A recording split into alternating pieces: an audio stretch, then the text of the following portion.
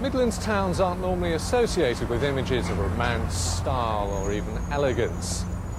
But beneath its rather dour exterior, Walsall has a rapidly expanding fashion industry which is putting it on a par with places like Milan, Paris and even Tokyo. Walsall is the capital for the world's fancy leather goods industry. Over 100 companies operate here, many of them depending on the high level of skills built up by craftsmen and women. It's the quality of these handmade goods, ranging from wallets to plated belts, which is attracting the top fashion houses around the world. We can also do obviously special colours if you wanted something different from what other customers have in Japan. White House cocks are among the market leaders. Walsall has had a leather industry since the Middle Ages, but now in these high-tech times, the world's well-off are demanding and appreciating well-made quality goods.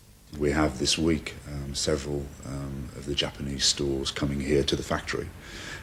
These are after sort of high-quality leather goods, basically. America's been good to us in the past, but I think they're having a few problems out there.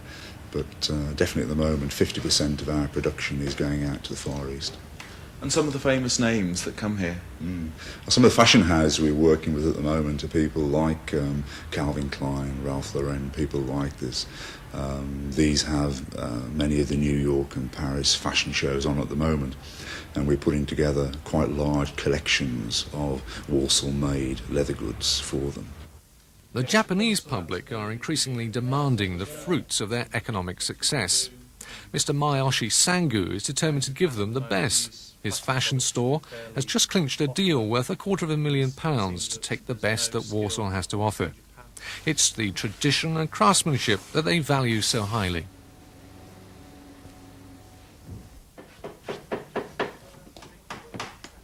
Walsall's link with the equestrian industry is well known and celebrated in the name of the town's football team, the Saddlers.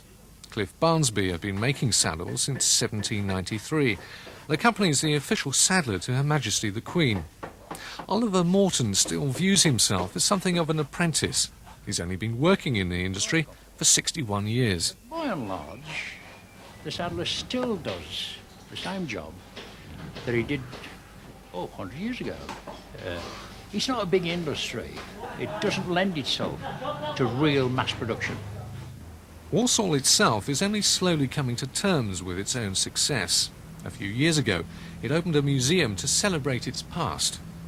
The saddlery trade really grew up in the 18th century, and by about the mid-19th century, Walsall dominated European production, and Walsall was exporting throughout the empire, and particularly to the military throughout the world. And then in the late 19th century, you get the development of small leather goods.